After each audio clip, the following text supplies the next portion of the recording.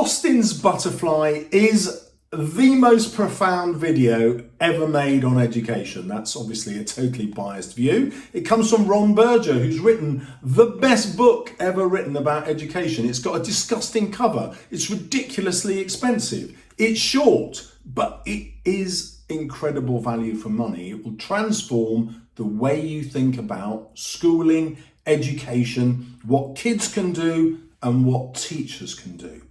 Let's dive into Austin's Butterfly after my sales pitch and work out why it's so awesome. So probably most teachers have seen Austin's Butterfly now, and the most common response I get is, well, it's a video about art.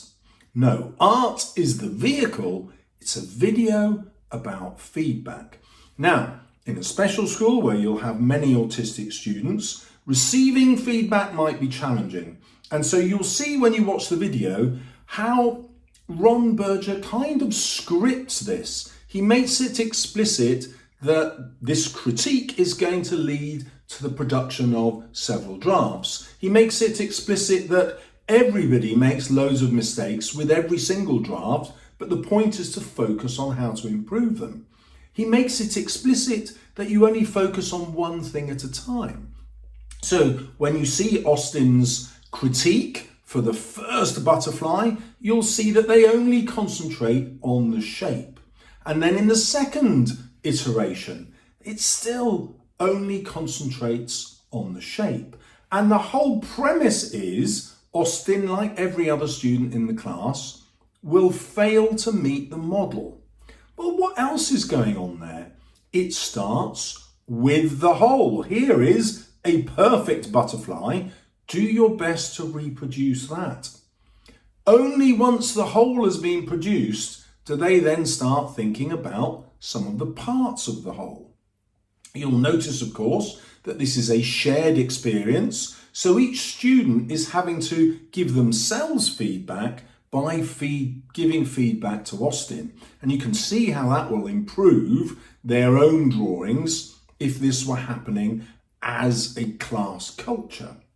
Right, the next thing I want you to notice is in iteration number 3, Austin has totally forgotten some of the advice. Now that's how feedback works. While we're concentrating on a new bit of feedback, we forget the old.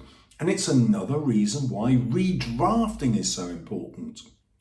Now, in secondary schools in particular, it's incredibly unusual for this level of detail of draft to happen. In fact, I'm going to say in the last 10 years, I have never seen it done in schools, even in subjects which are completely practical based like DT and art. We've become instead obsessed with the exam.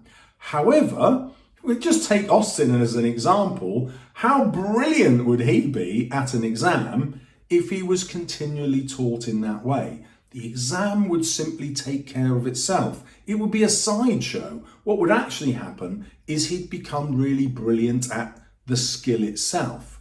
Now, we're not just talking about art here, we're talking about anything that you get to do again. It can be a piece of writing, it can be ever increasingly complex maths problems, it could be a sporting skill, it could be music. It fits every single subject. And the idea is you go into greater depth on the same thing before you move on to something else. So whatever the level of ability of your child, you take them to as much mastery as you can by going through several iterations, several redrafts, several critiques. Now you can imagine how that totally transforms the atmosphere of your classroom. It totally transforms how receptive students will be to feedback. Let's think about the visual evidence of progress, the amazing power of these photographs that Ron Berger is putting up. Well, imagine being Austin and seeing, good God, look at what I did the first time compared to the second time, to the third, to the fourth. It's transformative. And it happens over a relatively short period of time because the learner isn't having to rush off and do something else. In their art lessons, they're not suddenly making clay pots and then doing African masks. They're getting really good at the thing that you're teaching. And then when you teach something else, you get them as best as you can at that thing. It's not about jumping from one thing to the other and getting curriculum coverage. It's about giving expert feedback one step at a time and getting as brilliant as possible from the student starting point towards the model of what 100% looks like. Now, the other powerful thing to notice is that the last two drafts, 5 and 6, show an immense accumulation of skill. When Austin had to put the pattern in, he didn't go back to a basic way of drawing. All the skills he had learned about doing the outline and the shape translated into drawing the pattern. And that's also what happens when you give feedback at increasingly deeper depth.